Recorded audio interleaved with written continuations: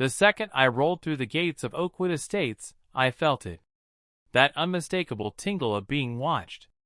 Maybe it was the way the curtains twitched on every other window, or how the street fell quiet as I turned onto the cul-de-sac. But the confirmation came as soon as I parked my brand new Rolls-Royce Ghost in the driveway of my new home. I hadn't even shut off the engine before I saw her in my rearview mirror. Middle-aged short blonde bob, pastel cardigan, designer sunglasses, and storming straight at me with righteous fury. She moved like she owned the pavement, practically vibrating with disapproval. Her cardigan fluttered in the breeze like a battle flag. Without hesitation, she shouted loud enough to penetrate my closed windows. "Excuse me, who are you and what are you doing with that vehicle?" I stepped out of my car slowly, keys in hand, and kept my tone pleasant. "Hi there, I'm Jason, the new homeowner at 1542, just moving in today." She gave me a look that could cut glass, her eyes scanning from my sneakers to my button-up shirt, like she was inspecting for flaws. Apparently, nothing about me screamed Rolls-Royce owner in her mind. "That's impossible," she barked, folding her arms. "The Miller sold to a young professional. You're barely out of high school." "I'm 21, actually," I said with a polite smile. "And yes, I bought the Miller place. The paperwork finalized last week." Her eyes narrowed.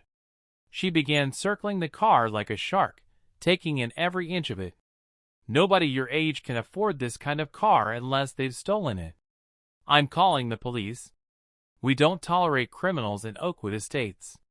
Before I could say another word, she was dialing 911, holding eye contact with me like she expected me to run. I leaned back on my car, unfazed. This wasn't the first time someone had judged me by my age or my skin color. As the president of a tech company that just got acquired for 8 figures, I knew how to keep my composure. "Yes, officer," she said into the phone, her voice rising theatrically. "There's a suspicious young man with a Rolls-Royce. That vehicle cannot possibly belong to him. I believe this is a grand theft auto situation at 1542 Oakwood Drive. Please hurry before he escapes." I sighed and texted my assistant that I'd be late. So much for a peaceful move-in day. When she ended her call, she gave me a triumphant smile. "The police will be here any minute. I suggest you don't try to leave." "I'm not going anywhere," I replied calmly. "This is my house. That's my car. But I don't believe I caught your name." "I'm Karen Wellington," she said with unmistakable pride. "President of the Oakwood Estates Homeowners Association for 6 consecutive terms, and you definitely don't look like a homeowner in our community." Of course, her name was Karen. The universe had a sense of humor. "Well, Karen," I said, pulling out my wallet, "I assure you, I'm the legal owner of both this house and this vehicle. Would you like to see the deed? I have digital copies." She dismissed my ID without even looking. I've seen plenty of fake IDs in my time. The Oakwood HOA has a strict vetting process, and I don't recall approving anyone who looks like you. I had a sinking feeling. "Looks like you didn't just refer to my age." Her gaze, full of suspicion, lingered on my brown skin. I took a deep breath. "The HOA doesn't approve buyers, Karen. That's not how real estate transactions work. The Millers accepted my offer. The sale closed legally, and now I live here, whether you like it or not." Her cheeks flushed bright red. "We'll see about that. And we'll certainly see about that car. Number 21-year-old has that kind of money unless something illegal is going on. Did you hack someone's account? Is this money laundering?" She began circling my car again, snapping pictures from every angle, even the license plate, like she was a detective gathering evidence. I noticed a few neighbors stepping out of their homes, watching the drama unfold. Karen seemed to feed off the growing attention. "I've seen this before," she declared. "Young person shows up with luxury items they couldn't possibly afford. Next thing you know, we've got drug deals in our quiet community. Not on my watch. I calmly opened my glove box and retrieved the vehicle registration and insurance documents. Karen, I'm a tech entrepreneur. My company was acquired last year. Here's the paperwork proving the car is legally mine. Bought from Beverly Hills Auto Gallery. She squinted at the documents but refused to take them. Anyone can forge paperwork these days. My nephew works in cybersecurity. He says criminals are getting more sophisticated. That's when two police cruisers pulled into the cul-de-sac. Karen's face shifted from hostile to smug like she'd just been validated. She straightened her cardigan and struck a damsel in distress pose as the officers approached. "Officers, thank goodness," she said, rushing to them. "I caught this young man red-handed. He's claiming to live here, but I'm the HOA president. I know every resident. He's clearly a fraud." One officer, older with a gray mustache, turned to me. "Sir, we got a report of a stolen vehicle. Can we see your license and registration?" "Of course," I replied, handing over the documents. "I'm Jason Chen. I just closed on this house and was moving in when I was accused of stealing my own car." The younger officer reviewed my paperwork while the older one kept an eye on Karen, who hovered behind him like an overzealous hall monitor. "He's obviously using fake ID." Karen chimed in. "I personally approve every new homeowner application. He would never qualify. And that car, it's a $300,000 vehicle. He's barely legal." The older officer raised an eyebrow but stayed professional. "Ma'am, please step back and let us verify the information."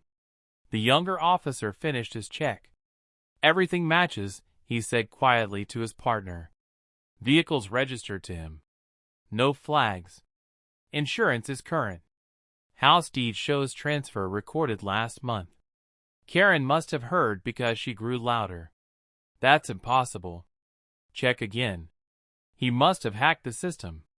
People like him don't drive cars like that. The subtle people like him didn't go unnoticed." The older officer turned to her, tone suddenly colder. "Ma'am, what exactly do you mean by people like him?" Karen faltered, then stammered. "Young people. 21-year-olds don't have Rolls-Royces unless something shady is going on. I'm protecting the neighborhood's property values." That's when a neighbor across the street walked over. Older guy, gray hair, calm expression. "Officers, sorry to interrupt, but I think you'll want to see this." He held up his phone. My doorbell camera recorded the whole exchange. I was watching from my office. "You'll want to hear what she said before you arrived," the younger officer asked. "What language exactly?" "Well," the neighbor hesitated, glancing at me. "She said, and I quote, 'We don't need his kind lowering property values. I'll make sure he's removed one way or another.' There were other comments I'd rather not repeat." Karen paused. "That's taken completely out of context. I was talking about community standards." The older officer returned my documents and offered a professional but sincere apology. "Sir, everything checks out. You're free to continue moving into your home." Then he turned to Karen. "Mrs. Wellington, may I speak with you privately?" They stepped aside, and I could see Karen gesturing wildly. More neighbors had come out, and the mood had clearly shifted. Disapproving glances were aimed at Karen now, not me. A few minutes later, the officer began writing something down. Karen's voice suddenly rose, high-pitched and panicked. "You can't be serious." I was doing my civic duty. I'm the HOA president. Then came the shocker.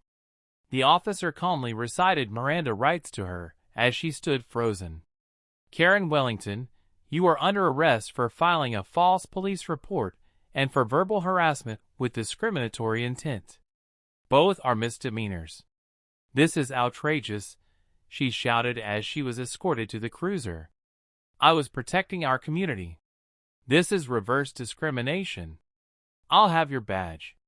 The neighbors stood in silence, many openly stunned. Karen, who had ruled the HOA with threats and nitpicking for years, was finally held accountable. Her last words before the cruiser door closed were, "This is a misunderstanding. Call my attorney." A week later, I received a letter from the HOA. Karen had been immediately suspended, and at an emergency meeting, the vote was unanimous, 27-0, for permanent removal. She was also fined $5,000 and ordered to complete community service. According to gossip, her real estate agency put her on leave after multiple clients pulled their listings. When I saw her at the local grocery store weeks later, the change was striking. No swagger, no eye contact. Her face turned red as she ditched her cart and hurried out the door. And just like that, the reign of the HOA tyrant ended, toppled not by force, but by her own arrogance. The look on her face said it all. She still couldn't believe her power had evaporated so completely. If you enjoyed watching Karma, catch up with a power-hungry HOA president. Hit that like button and don't forget to subscribe for more real stories where justice shows up in unexpected ways.